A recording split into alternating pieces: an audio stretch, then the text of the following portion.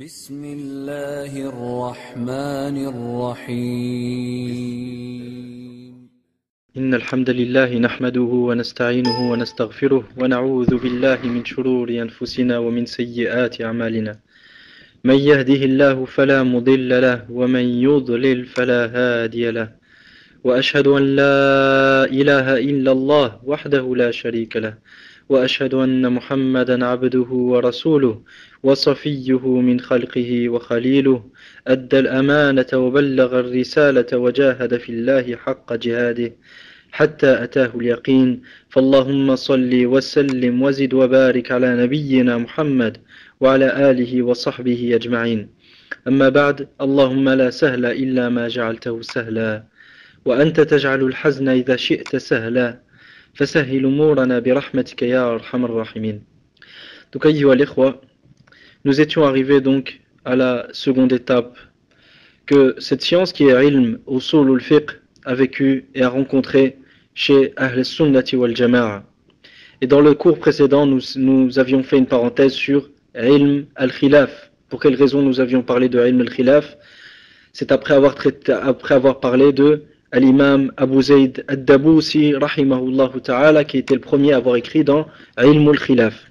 Donc nous avions donné un tarif, une définition de ilm al-khilaf, et après ça nous avions cité un point tiré du livre de Cheikh Abdelaziz al-Qari qui est nommé Sab'u Masail min ilm al-khilaf. Donc ce point-là se résumait à faire la distinction entre al-qat'iyat wa al-dhanniyat. Donc aujourd'hui, nous allons continuer cette seconde étape et détailler certaines choses qui s'y sont produites. Donc en résumé, ayyuha al-ikhwa, l'ouvrage Taqwim al-Adilla d'Abu Zayd ad-Dabusi était l'un des ouvrages qui ont été écrits à cette époque-là. Donc nous avions pas cette seconde étape et cette seconde période se distingue par les efforts de Al-Khatib al-Baghdadi rahimahullah ta'ala, imam Ahl al-Mashriq, wa Abu Umar Yusuf ibn Abd al-Barr rahimahullah ta'ala, imam Ahl al-Maghrib. Donc nous avions traité de ces deux imams et de leurs ouvrages, et des ouvrages à la suite de ça et des œuvres qui ont été écrits à cette même époque. Donc il y avait Taqwim al-Adilla d'Abu Zayd ad-Dabusi, et le second ouvrage qui avait été écrit c'est Al-Mustasfa de l'imam Al-Ghazali. Donc ces deux ouvrages représentent l'intermédiaire entre les anciens ouvrages d'Usul al-Fiqh sur la voie des mutakallimin. Donc pas ces deux ouvrages, Al-Mustasfa de l'imam Al-Ghazali rahimahullah ta'ala représente l'intermédiaire, al-wasita, entre les anciens ouvrages d'Usul al-Fiqh sur la voie des mutakallimin. Donc le mutakallimin, c'est la voie qui s'oppose qui est citée en opposition à la voie des fuqaha ahlul ra'i, qui étaient les gens de l'Iraq, ashab Abi Hanifata rahimahullah ta'ala. Donc cet ouvrage al-Mustasfa ayyuha al-ikhwa réunit donc ce qui l'a précédé comme livre, et en règle générale il n'y a pas un livre qui est venu par après si ce n'est qu'il ait profité de al-Mustasfa de l'imam al-Ghazali.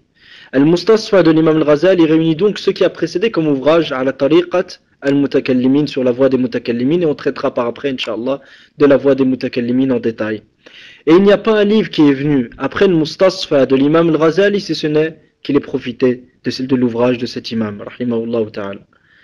Donc ici nous ne traitons pas de l'imam al-Ghazali, de ses erreurs dans le dogme, est-ce qu'il est dans l'aqida, est-ce qu'il est revenu, est-ce qu'il s'est repenti, tous ces détails là nous n'en parlons pas. On parle de l'imam al-Ghazali al-Usuli, l'imam al-Ghazali al-Usuli, c'est-à-dire en tant que savant fi usul al-fiqh, et on ne traite pas de lui dans l'aqida, c'est une autre question. Donc arkanu hadha al-ilm tahaqqaqat wa hasalat bihadha al-kitab. Donc les piliers de ce ilm se réalisèrent par cet ouvrage. Ces thèmes, mabahithuhu, les thèmes de ce livre, de cette science qui est ilm usul fiqh, se développèrent et ont atteint leur plein essor, et ces questions furent parachevées. Les thèmes de usul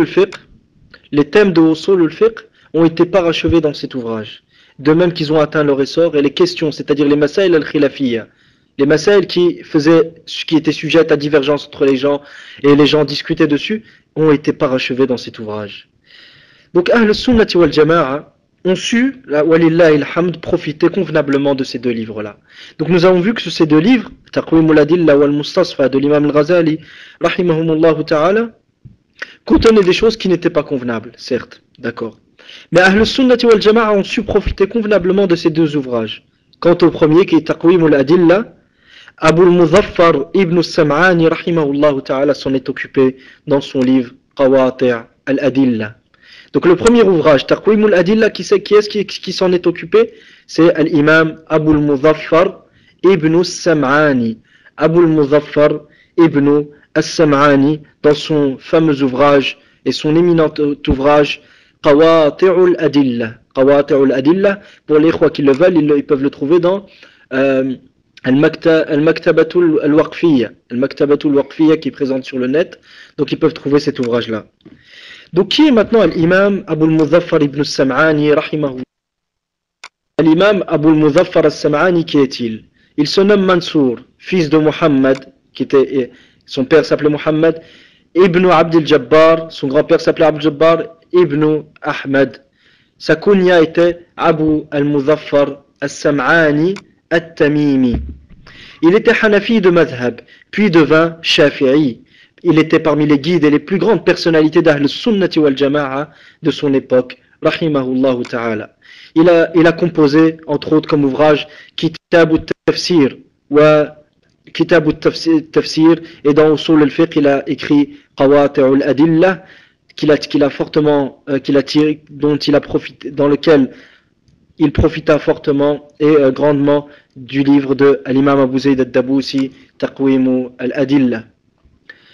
Pour plus, donc, et dans le fiqh, il a aussi écrit Al-Istilam, et il a décédé en l'an 489 de Al-Hijra al-Nabawiyya ala sahibiha afdalus salati wa ahsanu taslim.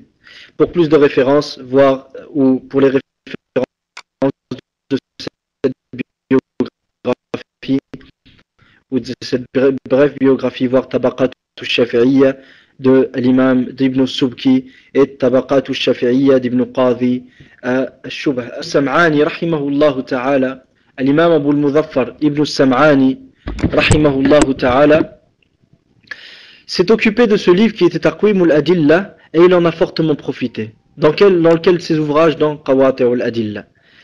Et Abu al-Muzaffar a grandement profité donc d'Abu Zayd, et rapporta dans son livre beaucoup de thèmes cités dans Taqwim al-Adilla, montrant tantôt son accord et tantôt son opposition. Donc certaines fois, il montrait qu'il était d'accord, et d'autres fois, il montrait que non, il n'était pas d'accord avec l'imam Abu Zayd al-Dabusi, rahimahullah ta'ala.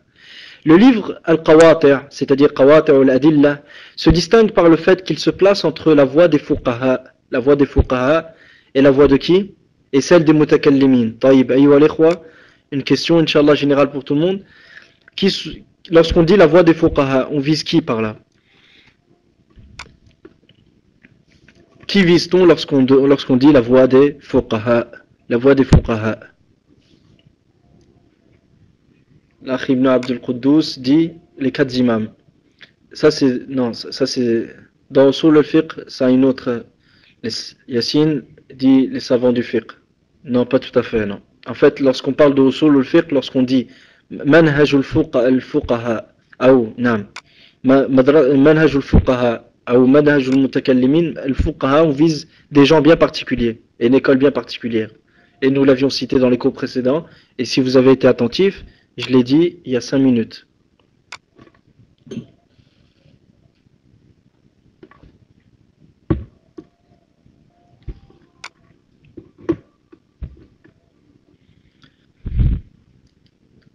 Que l'Akh Yassine dit Allahu A'lam. L'autre dit les Hanbalit. Non, ce n'est pas les Hanabila, non. L'Akh Ibn Quddus dit les Shafi'iyya. Shafi'i. Non, ce n'est pas Shafi'i. Donc, barakallahu fikum ayyuha al-ikhwa, soyez attentifs s'il vous plaît, Inch'Allah, au cours, parce que je l'ai dit à 5 minutes. Je l'ai dit il y a simplement 5 minutes. Mais je vais continuer, Inch'Allah. Barakallahu fik. L'Akh Yassine dit les Hanafit. Donc, quand on dit manhaj al-fuqaha, c'est manhaj ashab Abi Hanifata, rahimahullah ta'ala. Là, on parle des Ahnaf lorsqu'on parle des fuqaha. Wa barakallahu fikum, et soyez attentifs simplement, Inch'Allah ta'ala. Donc on continue. Donc la chose par laquelle se distingue le Kitab al-Qawati' de Abu al-Muzaffar ibn al-Sam'ani rahimahullah ta'ala, c'est qu'il se place entre la voie des fuqaha, c'est-à-dire Abu Hanifa et ses compagnons, et celle des mutakallimin, et qui est aussi appelée Manhaj al-Jumhur, qui est appelée la voie del Jumhur dans Usul al-Fiqh. Donc dans Usul al-Fiqh, lorsqu'on te dit al-Jumhur, on vise qui? Al-Mutakallimin, Manhaj al-Mutakallimin. Dans Usul al-Fiqh, lorsqu'on parle de Jumhur, on parle de al-mutakallimin. Manhaj al-mutakallimin ou manhaj al-jumhur. Taïb. En ce qui concerne simplement Qawati' al-Adilla, une petite précision, c'est que ce livre a été muhaqqaq, a été authentifié par le docteur Abdullah al-Hakami en l'an 1407 de Al-Hijra al-Nabawiyya ala sahibiha afdalus salati wa ahsanu taslim, ce qui correspond en l'an 1407, donc ce qui correspond en l'an 1986 de l'année grégorienne. Donc il a obtenu son doctorat à l'université de Mohammed ibn Saoud à Riyad. Donc son livre qui est Qawati' al-Adilla comporte un certain nombre de furu' juridiques. Qu'est-ce qu'on vise par les furu'? Il y aura une autre question Inch'Allah avant de continuer. Lorsqu'on parle de furu', qu'est-ce qu'on vise par les furu'? Donc ce livre-là comporte un grand nombre de furu'. La dernière fois, si vous vous souvenez, on a fait ça pendant 2 cours d'affilée. Le premier cours, c'était le cours de vendredi. Nous avions cité ça certes brièvement, lorsqu'on a parlé de al-qat'iyat ou al-dhanniyat. Nous avions dit que le qat'iyat, il y avait 3 sortes de qat'iyat. Al-aqa'id, al-furu' et nous avions parlé de al-qawa'id al-usuliyya et al-qawa'id al-'amma. Donc les questions dogmatiques et les furu'. Par quoi nous avions expliqué le furu'? Nous en avions aussi parlé le cours dernier. Qu'est-ce que al-furu'? Lorsqu'on parle de furu', que désigne le terme furu'? Si on vient à traduire littéralement, ça désignerait les branches. Mais que veut-on dire lorsqu'on parle de furu'? Que ce soit dans le fiqh ou dans usul al-fiqh? Non, les avis, non. Jazakallahu khair, akhi. Barakallahu fik. Mais je pense que tu n'étais pas présent dans les cours précédents, donc laka udhruk. Inch'Allah, ahlan wa sahlan, akhi Yassine. Ahlan wa sahlan. En fait, je ne souhaite pas qu'il y ait un monologue, que je parle et que tout le monde écoute simplement. Ce cours-là, le but, c'est qu'on apprenne. Donc ce n'est pas une exhortation. Le but est que chacun apprenne et se ressorte plus intelligent, Inch'Allah, après ce cours-là, qu'il ne l'était avant. Donc c'est pour ça que tout le monde doit participer. Donc avant de venir au cours, préparez-vous déjà à ce que des questions vous soient posées, que vous deviez répondre, que vous devez répondre, et ainsi de suite. En fait, Akhi Yassine, jazakallahu khairan, là tu vas traduire d'un point de vue linguistique, mais nous avions donné une définition très précise auparavant.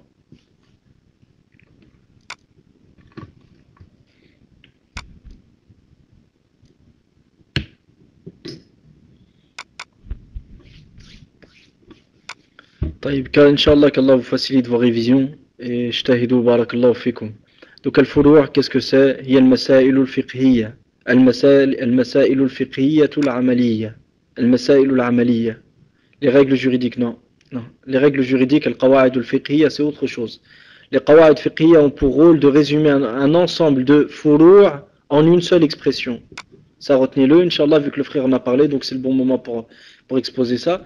Al-Qawa'id al-Fiqhiyya, leur objectif est de résumer un grand nombre de furu' dans une seule expression. Je répète, Al-Qawa'id al-Fiqhiyya ont pour objectif de résumer un grand nombre de furu' dans une expression. Je répète, Inch'Allah, Al-Qawa'id al-Fiqhiyya ont pour objectif de rassembler un grand nombre de furu' qui ont un point en commun dans une seule expression. Le but donc des Qawa'id al-Fiqhiyya est de faciliter l'apprentissage du fiqh. Je répète, Al-Qawa'id al-Fiqhiyya ont pour objectif les Qawa'id al-Fiqhiyya résument un grand nombre de furu' en une seule expression. Et donc, on comprend par là que les Qawa'id al-Fiqhiyya ont pour objectif de faciliter la compréhension et l'apprentissage du fiqh. En fait, l'imam Malik, rahimahullah, de lui-même, il n'a Il a cité certaines règles, mais ça a été établi par après dans le Al-Mudawwana fi fiqh l'imam Malik rahimahullah ta'ala. Donc à ce moment-là, par exemple, parmi les qawa'id qui ont été cités dans le Mudawwana, c'est que kullu ma hala baynaka wa bayna al-ardi fahuwa minha. Kullu ma hala baynaka wa bayna al-ardi fahuwa minha. Donc dans le Mudawwana de l'imam Malik, cette règle a été mentionnée. Tout ce qui s'interpose entre toi et la terre fait partie de la terre. Donc si ton bonnet s'interpose entre toi et la terre, ça fait partie de la terre. Donc tu peux te prosterner sur ton bonnet. Pourquoi? Parce que ça s'interpose entre toi et la terre. Et ainsi de suite. Mais ça, c'est des qawa'id fiqhiyya, c'est des règles juridiques. Leur but, c'est de résumer un grand nombre, et bien plus, excusez-moi, cette règle qui dit que kullu ma hala baynaka wa bayna al-ard fahuwa minha, c'est pas simplement une qa'ida fiqhiyya, c'est un dabit fiqhi, c'est un dabit, c'est beaucoup plus précis qu'une règle. La différence entre dabit et entre la qa'ida, c'est que la qa'ida al-fiqhiyya, elle concerne un grand nombre, elle concerne un grand nombre ou plusieurs chapitres de fiqh. Ad-dabit al-fiqhi ne concerne qu'un seul et même chapitre de fiqh. Je répète, al-qa'ida al-fiqhiyya concerne un grand nombre ou un certain nombre de chapitres de fiqh. Quant au dabit fiqhi, il ne concerne qu'un seul chapitre de fiqh.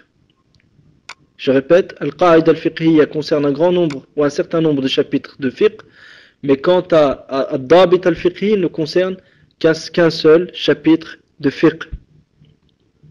Je vous donne un exemple. Lorsqu'on dit que tout ce qui s'interpose entre toi et la terre fait partie de la terre, est-ce que c'est une règle juridique ou un dabit fiqhi? Est-ce que c'est une qa'ida fiqhiyya ou un dabit fiqhi? Ou est-ce que c'est une règle de fiqh, une qa'ida de fiqh ou un dabit de fiqh?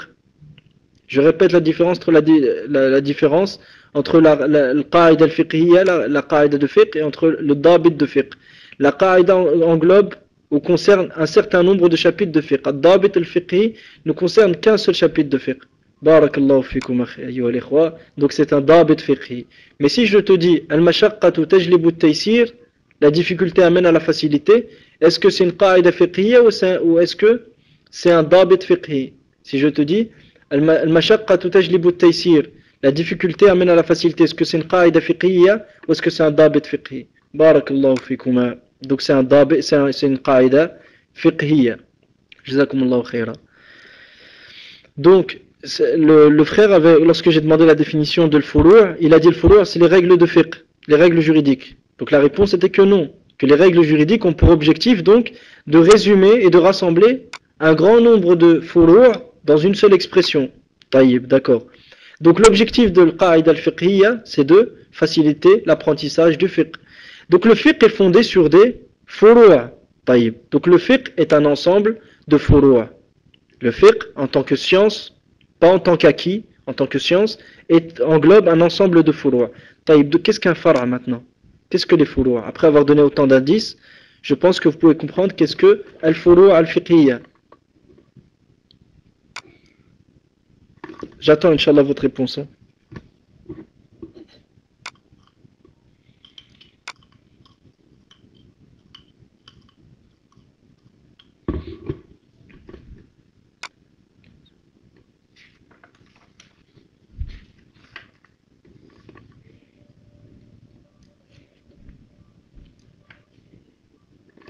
L'art dit règle juridique secondaire. Le plus juste, enfin, l'expression la plus exacte est de dire que c'est des statuts légaux ou des questions juridiques pratiques, ou des statuts légaux, des statuts juridiques pratiques. Des ahkam, هي الأحكام الفروع هي الأحكام الفقهية العملية. الأحكام الفقهية العملية, les statuts légaux pratiques, les statuts légaux pratiques. Parce que quand on dit règle, ça a une connotation très très large. Alors que le furu', par exemple, wujub tahiyyat al-masjid ou istihbab tahiyyat al-masjid, c'est un quoi? Si on dit, par exemple, quelqu'un détaille l'obligation de tahiyyat al-masjid, il est en train d'exposer un quoi? Il est en train d'exposer un fara'. Il est en train d'exposer ce qu'on appelle un fara'. Donc, revenons maintenant à Qawati' al-Adilla de l'imam Abu al-Muzaffar ibn Sam'ani, rahimahullah ta'ala. Dans son livre, il se distingue par quoi? Par un grand nombre de furu'. Donc, un grand nombre de furu' juridiques, c'est-à-dire, il se distingue par un grand nombre d'exemples dans le fiqh islamique, dans le fiqh al-islam, dans le fiqh islamique. Donc il te donne la règle par exemple, mais il va te donner des exemples. Mais des exemples comment? Des exemples dans des questions juridiques pratiques. Donc des questions par exemple, des sujets qui ont été sujettes à divergence entre les savants. Donc il va te donner un des sujets là pour prouver la véracité, pas pour prouver la véracité de sa règle. Il aura déjà affirmé sa règle, mais il va te montrer parmi les applications de cette règle là, voici tel et tel sujet. Par exemple, imaginez qu'un savant établit que l'ordre al-amr yufidu l'ujub. Al-amr, l'ordre, montre l'obligation. Il va te dire, parmi les exemples où on applique cette règle-là, le hadith où le prophète, sallallahu alayhi wa sallam, dit Awlim walaw bishatin, awlim walaw bishatin. Il a dit à Abdurrahman ibn Auf, radiyallahu anhu, fais la walima ne serait-ce que par une chèvre. Fais la walima ne serait-ce que par une chèvre.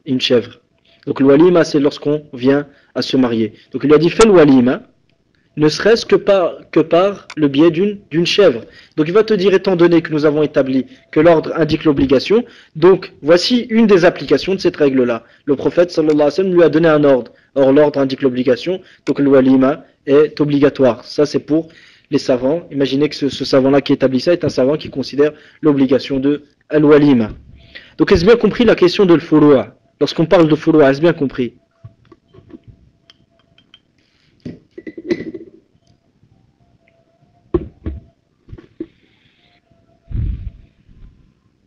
Est-ce que vous m'entendez?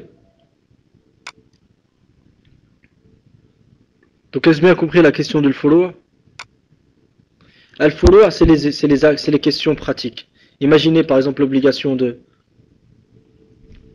Le furu'a, c'est les questions juridiques pratiques. Questions juridiques pratiques. Je sais que c'est un peu complexe en français, mais après l'explication, je pense que tout le monde aura saisi, Inch'Allah ta'ala.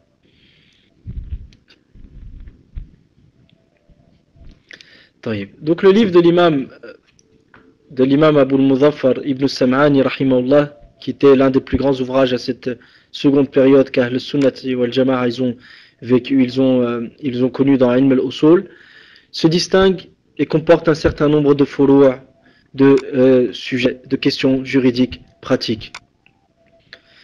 Lorsque le cheikh mentionne ce point-là, c'est parce qu'un grand nombre de livres dans Usul al-Fiqh, le problème c'est qu'il n'y a pas de furu'a. Il n'y a pas de sujet pratique pour donner des exemples aux règles générales. Donc ce qui fait que les gens restent toujours dans le monde de la théorie, sans avoir de pratique, sans avoir d'exemples pratiques pour exposer la validité justement de ces usul, de ces fondements. Puis juste une chose, un frère me fait, Jazallahu khairan, propose de donner un exemple pour mieux comprendre. Imaginez que vous avez un tronc, le tronc d'un arbre. Ce tronc-là, ça va être al-asl, ou le fondement, ou les fondements. Ce tronc-là et cette racine-là de cet arbre, ils vont donner des branches, des furu'a, d'accord. Ces branches-là sont le fruit de ces usul-là. Est-ce bien compris? Donc le usul, c'est la base, et les branches, c'est les branches. C'est ce qui découle de ces bases-là. Est-ce bien compris?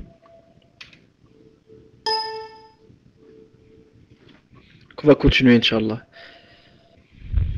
Donc l'imam Abu al-Muzaffar ibn Sam'ani rahimahullah déduit les questions usuliyya, il a déduit les questions de l'usul. Il a établi les règles de l'usul, les règles utilisées pour élaborer, les règles utilisées pour établir les ahkam al-shar'iyya, pour déduire les ahkam al-shar'iyya des preuves du Coran et de la Sunna. Et il a indiqué leur origine sur base du Coran, la Sunna et la voie des salafs de cette umma. Donc l'imam al-Muzaffar, Abu al-Muzaffar ibn Sam'ani, a déduit les questions de l'usul, a établi les règles usuliyya et a indiqué leur origine, l'origine de ces règles-là sur base du Coran, la Sunna et la voie des salafs de cette umma.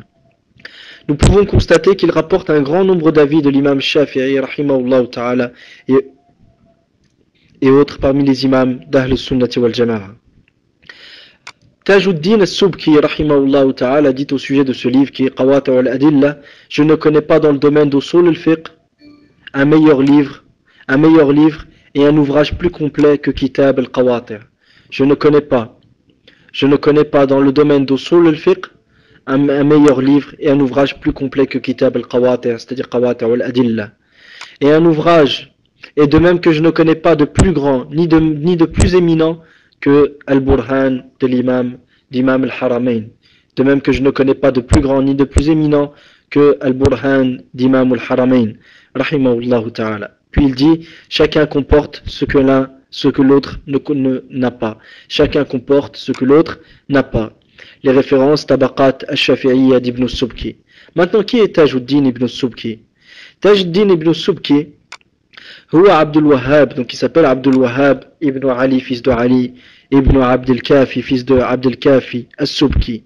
Shafi'i de madhab. Son madhab, il était de madhab Shafi'i. Tajuddin Abu Nasr, il fut juge pendant un certain temps.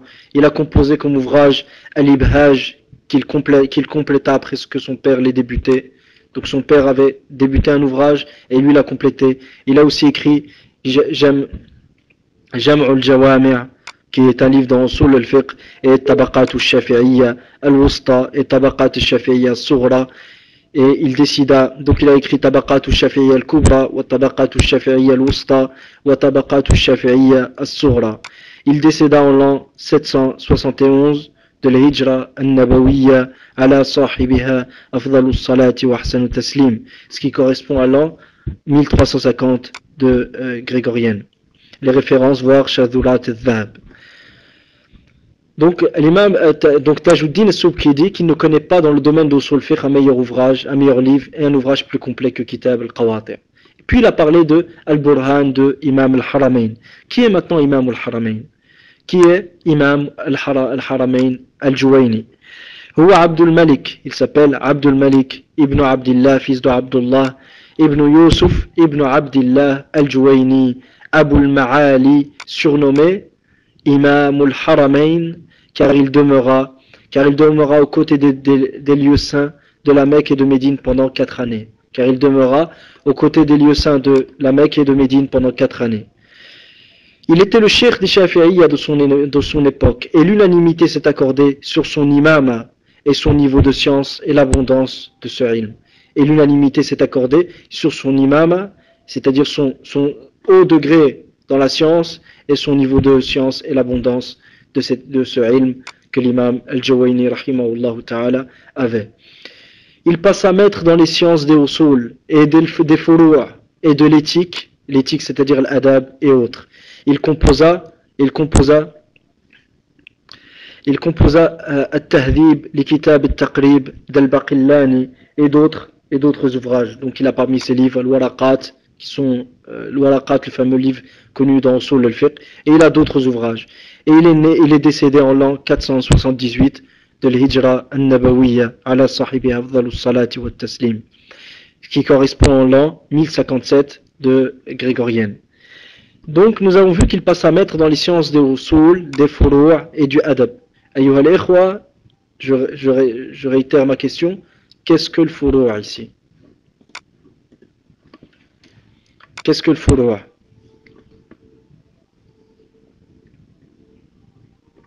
Donc il passe à maître et il excella dans ces sciences-là qui étaient le usul ou le furu'. Ici, lorsqu'on parle de furu', de quoi parle-t-on? Je m'excuse simplement pour la musique derrière, ça vient toujours du voisinage. Donc tenez simplement vous le dire si jamais vous l'entendiez à nouveau. Ayyuha al-ikhwa, qu'est-ce que le furu'? Wa barakallahu fikum.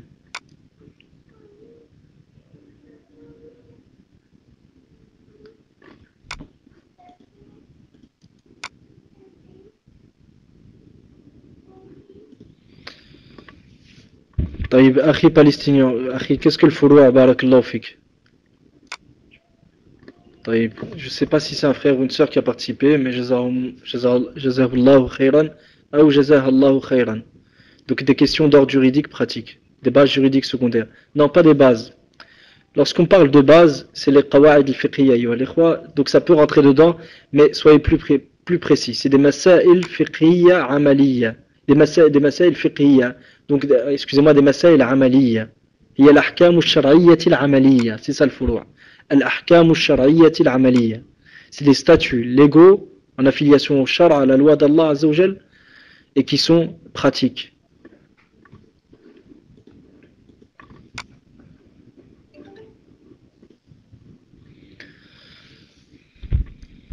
On continue, Inch'Allah.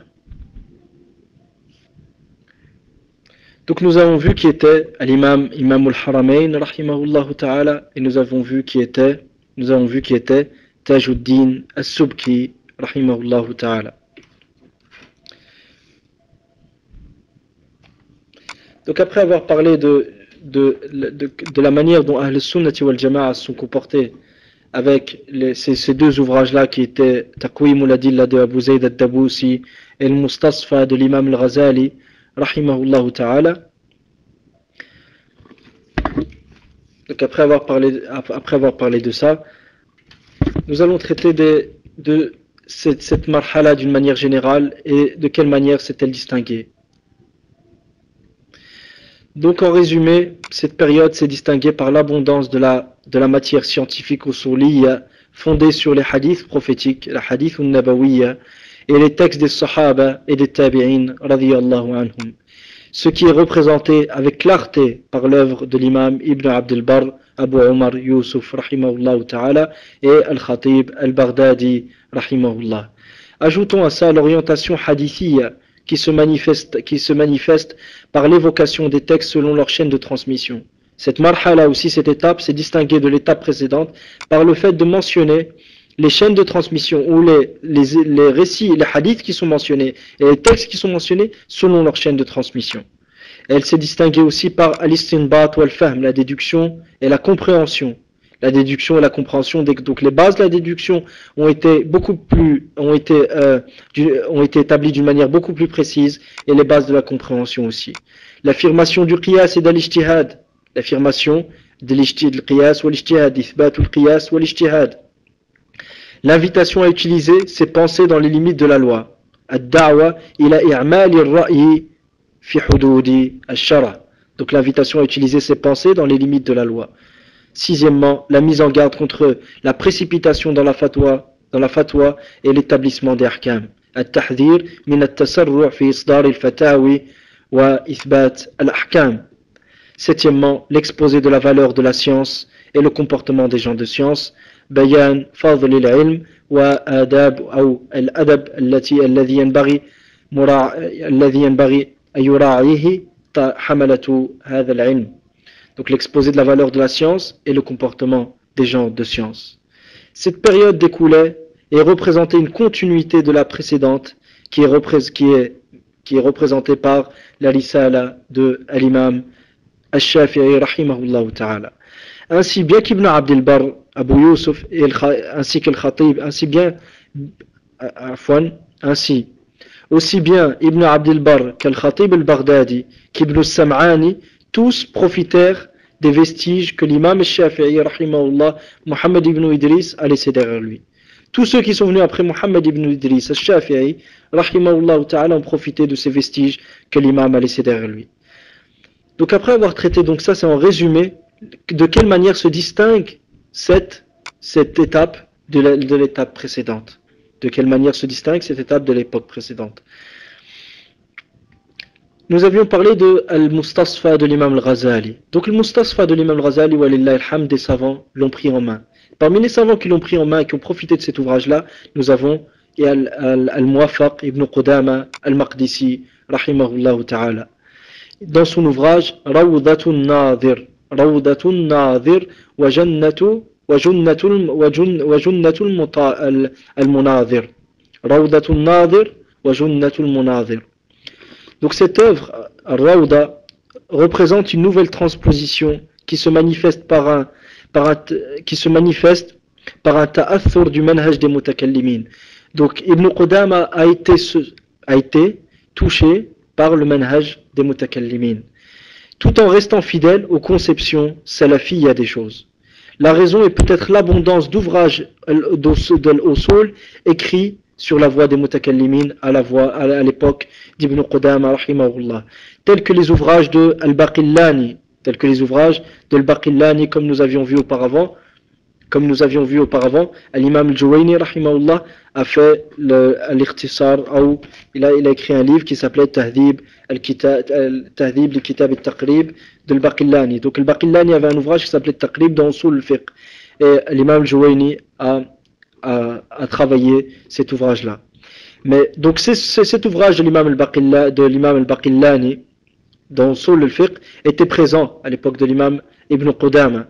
Et il était propagé entre les gens. Ajoutons à ça les ouvrages aussi de Al-Juwayni, que ce soit Al-Waraqat ou Al-Burhan ou d'autres. Les ouvrages de Al-Ghazali, comme nous avions vu, Al-Mustasfa entre autres. Et Al-Razi, Fakhruddin Al-Razi dans son ouvrage Al-Mahsoul.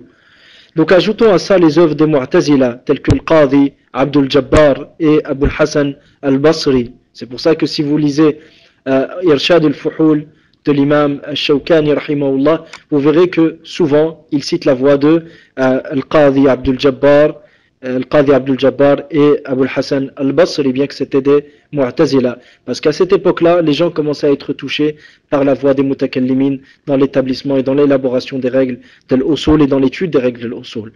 Ces œuvres étaient plus à même d'attirer et se propager. Ces œuvres étaient plus à même d'attirer les gens et de se propager vu la qualité de leur classification.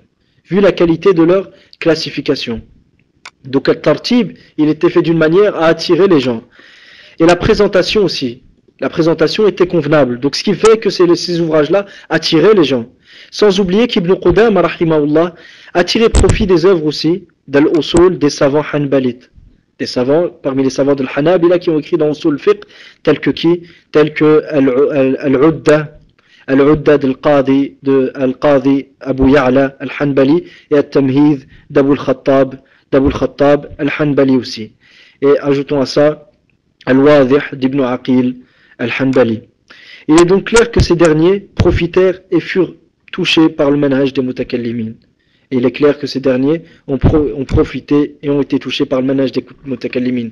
Donc imaginez qu'Ibn Qudama rahimahullah, il a vécu à une période où les livres de Usul étaient pour la plupart affectés et touchés par la voix des mutakallimin, dont on parlera des défauts. On parlera des défauts de cette voix-là et des bienfaits de cette voix aussi. Donc ce qui fait que l'ouvrage que Ibn Qudama a écrit, qui était Rawdatun Nadir, comportait des passages qui découlaient de cette source-là, qui était la voix des mutakallimin. Inch'Allah, sans aller plus loin, ici se termine la seconde étape. Donc en résumé, ayyuha al-ikhwa, dans ce cours, nous avons parlé tout d'abord de la suite de cette deuxième étape. Cette deuxième étape se distingue par deux grands hommes, qui sont Abu Omar Yusuf ibn Abd al-Barr, imam Ahl al-Maghrib, et Al-Khatib al-Baghdadi, rahimahullah, imam Ahl al-Mashriq. C'était les plus grands imams d'Ahl al-Sunnati à cette époque. Puis d'autres ouvrages, donc Ibn Abd al-Barr a écrit son livre Jami'u Bayan al-Ilmi wa Fadlih, et Ibn al-Khatib al-Baghdadi a écrit Al-Faqih wa al-Mutafaqqih. Nous allons traiter de ces deux ouvrages-là par après, Inch'Allah, en détail. Mais nous avions déjà cité dans les cours précédents certains détails sur ces ouvrages-là. Nous avions vu aussi que d'autres ouvrages sont apparus dans Usul al-Fiqh. Parmi ces ouvrages-là, il y avait Taqwim al-Adilla d'Abu Zayd al-Dabusi et Al-Mustasfa de l'imam Al-Ghazali d'Abu Hamid Al-Ghazali rahimahumullahu jami'an. À la suite de ça, nous avions aussi traité que nous avions parlé du fait que ces deux ouvrages-là furent pris en main par Ahl-Sunnati wal-Jama'a. Et l'un des plus grands imams de cette époque-là était Abu al-Muzaffar ibn al-Sam'ani, qui a fortement profité du livre Taqwim al-Adilla d'Abu Zayd al-Dabusi et dans son ouvrage Qawati' al-Adilla, qui, selon Tajuddin al-Subki, était l'un des plus grands ouvrages, l'un des meilleurs ouvrages écrits dans Usul al-Fiqh. Puis nous avons parlé de Rawdatun Nadir de Ibn Qudama al-Maqdisi, qui était quasiment un résumé de Al-Mustasfa de l'imam Al-Ghazali. Et tous ces ouvrages-là, on va en parler par après, Inch'Allah ta'ala. Et nous avions aussi cité de quelle manière se distinguait cette période-là. Et en résumé, cette période se distingue par les points suivants. Premièrement, l'abondance de la matière scientifique usuliyya fondée sur les hadiths prophétiques et les textes des Sahaba et les Tabi'in, ce qui s'est représenté avec clarté dans l'œuvre d'Ibn Abd al-Barr et celle de Al-Khatib al-Baghdadi.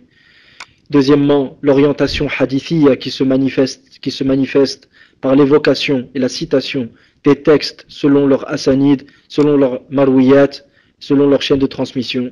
Troisièmement, al-istinbat ou al-fahm, la déduction et la compréhension, et les limites de la déduction et les limites de la compréhension, et la manière d'obtenir une compréhension convenable. Quatrièmement, ithbatul qiyas wal ijtihad, l'affirmation du qiyas et dans l'ijtihad, de l'effort de réflexion. Cinquièmement, ad-da'watu ila i'mal ar-ra'yi fi hudud ash-shar', l'invitation à utiliser ses pensées dans les limites de la loi. Sixièmement, at-tahdhir min at-tasarru' fi isdar al-fatawi ou fi isdar al-fatwa wa ithbat al-ahkam, la mise en garde contre la précipitation. La mise en garde contre la précipitation dans la fatwa et l'établissement des ahkam. Septièmement, l'exposé de la valeur de la science et le comportement des gens de science. Donc, ça c'est les 7 points par lesquels se distinguait cette seconde étape par rapport à l'étape précédente qui était l'étape de la période de l'imam Muhammad ibn Idris al-Shafi'i rahimahullah ta'ala. Donc, Inch'Allah, qu'Allah nous permette de profiter de ce que nous avons entendu et qu'il nous rajoute de la science utile. Et Inch'Allah, ayyuha al-ikhwa, kama qala Allahu azza wa jal, ya ayyuha alladhina amanu, isbiru wa sabiru wa rabitu, wattaqullaha la'allakum tuflihun. Wallahu ta'ala a'la wa a'lam. Et faites des efforts, Inch'Allah, pour réviser. Wa sallallahu ala nabiyyina Muhammad wa ala alihi wa sahbihi ajma'in, walhamdulillahi rabbil alamin.